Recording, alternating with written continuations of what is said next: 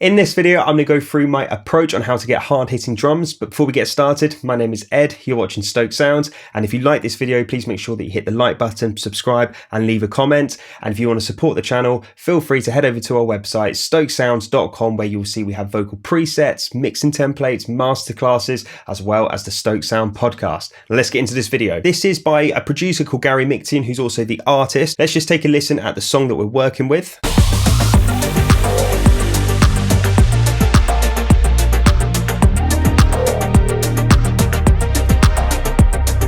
You can hear it's quite an electronic track, and let's just solo the drums, so we're just hearing the drums only.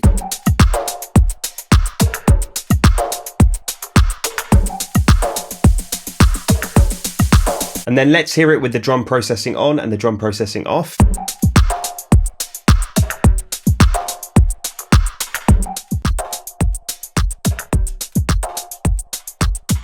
Before we take a look at the first plugin, bear in mind I am taking all of the drums down by around minus 10 dB on clip gain, and that's just to give me some healthy levels going into the first plugin, just because a lot of these producers, they're getting their samples from Splice or sample packs, and they're always super limited, super compressed, and I want to start the process with a healthy gain going into the first plugin. One, it gives me headroom, it makes the plugins work better, and it just means I'm not going to be overloading my mix bus when I put the drums in and then put the vocals in, and then everything gets layered on top and it just gets super loud. I start with everything around minus 10 dB. It is dependent, sometimes it's minus 8 dB, it just depends how the samples come in, but in this case it is minus 10 dB. And the first plugin I use is VMR by Slate, and this is part of my gain staging, and you can see I've actually taken it down another 6 dB because it was just too loud still. So if we have a listen to what this plugin is doing,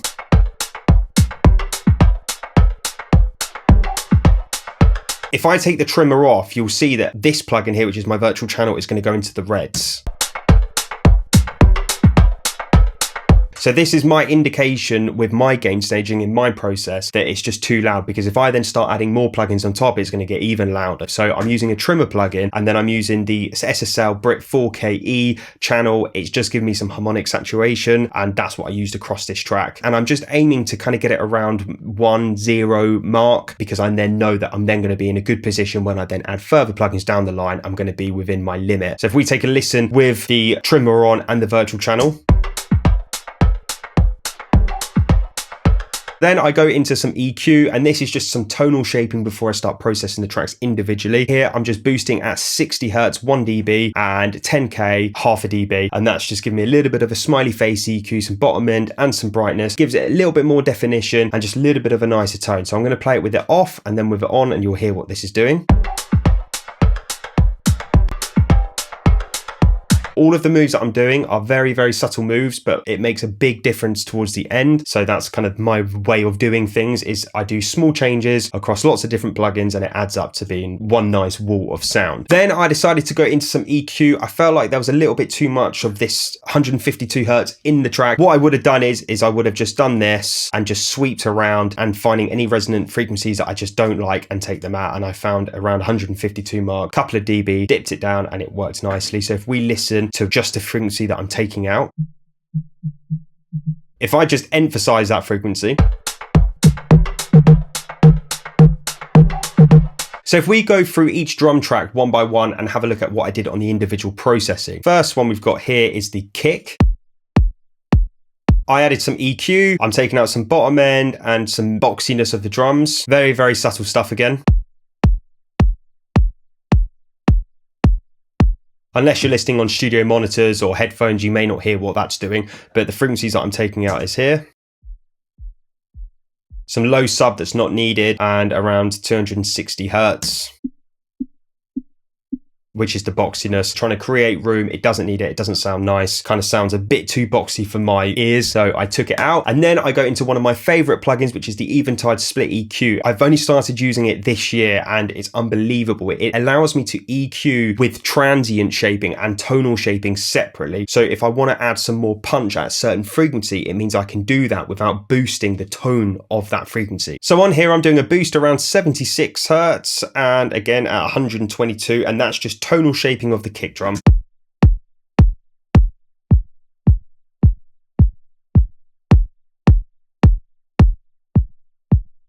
So I'm just getting it to fit in the mix, and these kind of moves would be done not in solo. I would play the drums out and have it all in context. For demonstrational purposes, I am soloing just so you guys can hear exactly what it is I'm boosting, but I always mix with everything in just because everything has to be within context. So that's what I did there. And again, I did it in transient. I didn't want to EQ or have any certain frequencies louder. I just wanted to increase the punch and the attack, which is why I used a transient shaper for that. And within this transient designer, it enabled me to do it at a certain frequency. So that's why I absolutely love this plugin. Then I did some more tonal shaping with saturation using one of my favorite plugins, which is Spectre. And here I'm just boosting around 1K. A lot of people think that a kick, the frequency that dominates everything, is around the bottom end, 60 hertz or 70 hertz. And that is true. It can add that kind of fullness, but if you want to hear it in small systems and you want it to kind of poke out through the mix, it's around the 1K mark, which gives the definition of the kick. So if we look at what I did here, I did some tube saturation at 1K. And you can see it just boosts it, makes it a little bit brighter and just has more definition to the kick. Then we'll take a look at the other kick that was given to me, which happens in the chorus and post-chorus, and that sounds like this. So it's a bit more of a subbier kick, and it's just meant to add support to the main kick, just to lift up the choruses, which is why the producer has done this. And if we listen to them together, that's what's happening. Now, one thing that did actually come up, which is super important for anybody to check, is phase. And funnily enough, with this instance, it's out of phase. You can see here by the waveform that it's counteracting each other. So what I did is I used some EQ, and if I go here, I then flipped it out of phase. So if we listen to it out of phase and in phase, you'll hear the difference. When it's out of phase, you lose all the bottom end, and when it's in phase, the bottom end comes back. So it's really important to check that. And then I just added some EQ and took out some high end. I didn't need to have the brightness and the top in this kick because I already had it in the other kick. So I was tonal shaping this kick to match the kick that I already had and just to get them to blend together. Then I've got another sample, which is the kick hit. More of a tonal hit, more of a feel thing. Here I'm just taking out some bottom end. Then there's a filtered kick. Again, adding movement, taking out some high end again, didn't need it. I already had it in the other one, and some more Spectre and more boost at 1K. I just felt like it needed some more definition. So with them in. Then if we go to this kick here, there's a different kick that comes in. Let's take a look at what we did here. We've got some EQ.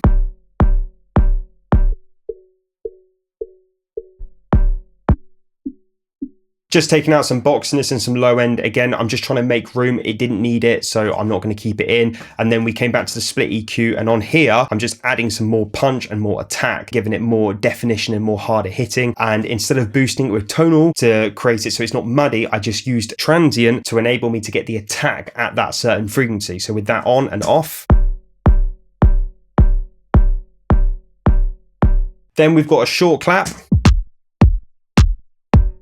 I'm just adding some Spectre, adding some mids to it, some thickness. I usually take out around 1K on EQ, but boost with saturation around 1K with a clap. I just feel like sometimes 1K can be a little bit sharp to the ears and a bit piercing, but when I'm boosting it with saturation, it can add more of a pleasant clap sound, a bit more of a fuller sound. So that's why I went with Spectre, and I just felt like I didn't really need to EQ it within context of the mix.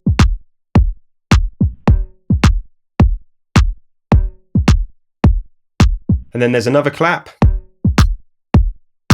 Because I already had definition from the previous clap, I just decided to EQ this one and taken out around 560 hertz, which would have been some boxiness if we listen to what that's doing. Just cleaning it up, making room for the other hits. Then we've got a rim shot.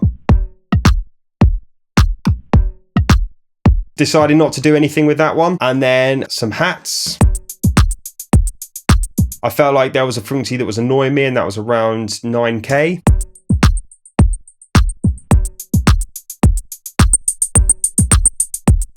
Wasn't pleasant on the ear, so I decided to take it out. And then we've got some open hats going on. Just taking out low end, you'll see that I'm doing very minimal processing. A lot of these drum samples, they always come in with lots of processing done by the producer, or even on splice, the samples have already got kind of reverb built into them or processing already done onto the samples. And so there's not really much need for me to add any more apart from just cleaning. So I think less is more when it comes to drums, and to make drums hit hard, people always think we need to do kind of parallel compression, side chaining, and that does work for some people and that is good in some genres, but I do find that less is more. And I find that if you just do some tonal shaping with EQ and a little bit of kind of saturation or some compression, that's kind of all you need to get you in a ballpark of some great sounding drums. So if we then have a look at this section here, which looks like another loop, just more cleaning, and then there's a fill, which I didn't even do anything to. It looks like it's just left as is. Let's go further down. We get to the chorus. We got this loop. More cleaning, low end, and some more boxiness. You'll find that with my process, I always take away more than I add, because if I add and don't take away, it just adds this kind of wall of sound, which I just don't want. If I take away things and sculpt sound into how I like it, or kind of get it to fit in as a puzzle, it's cleaner, you can get the mix louder, and it just gives a better definition of the overall drum sound. Then we've got another loop. Taking out some more low end, felt like there wasn't really much needed. Another loop. And then this time I just used some Spectre, just added some saturation. I've mentioned before that there's multiple ways to get something to stand out within the mix, and that could be via volume, but in this case I decided to use saturation instead. So I just boosted 1.5 dBs at 2K to give it a little bit more brightness, definition in the top end, and allowing that part of the loop to cut out more. So if we listen to the Spectre on and off, very subtle. Another percussion loop. Felt like not doing anything with that. Then another percussion loop. Again, more low end, more boxiness, didn't need it. And that's my main process of mixing electronic drums. There isn't really much going on. Most of it is EQ, taking things out that I don't like, any offending frequencies, and just overall cleaning it up. So it kind of adds to something that's more pleasant to the ear, more transient, more punchy, without necessarily adding loads. I feel like, especially in programmed drums, less really is more. And then to finish it off, I added some kind of space. Now I didn't add space to everything because some of the samples already had space in it. I just added it on certain parts. So for example, on the clap here, you can see that I've got some percussion verb, and the percussion verb that I'm using for this instance is the RMX16 by UAD. It's just a none-lin, and it's a very, very kind of short room sounding reverb. I didn't want it to be really long in this case. I just wanted it to have a little bit of 3D image, so it didn't sound like it was too dry, but it didn't sound like it was in like a massive hall reverb and losing the definition because of the reverb. So if we have a look at what that reverb is doing, in this case on the clap,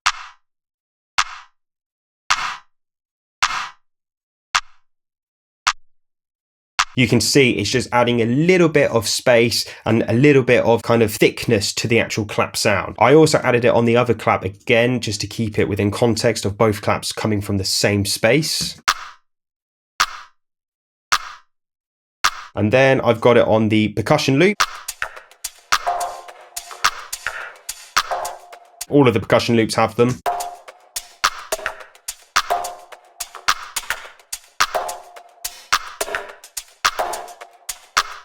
And on the perks.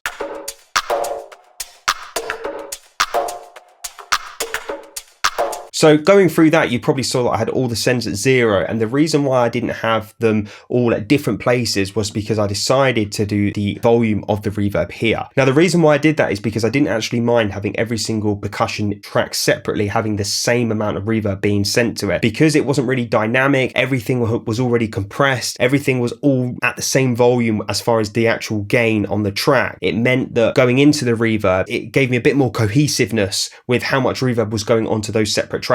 So I just decided that it was okay to send everything at 0 on the send unity and then adjust it all as one group on the actual reverb return, which you can see here is at 13.8. So if I just play the drums only with all the reverb on and turn that up, you'll see the difference.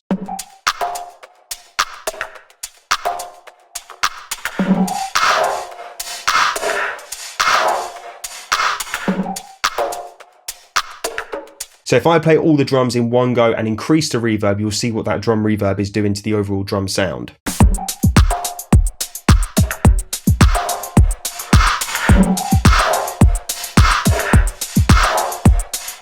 I'm going to play the drum sound with the reverb on and with the reverb off with the reverb emphasized, and you'll see exactly what it's doing.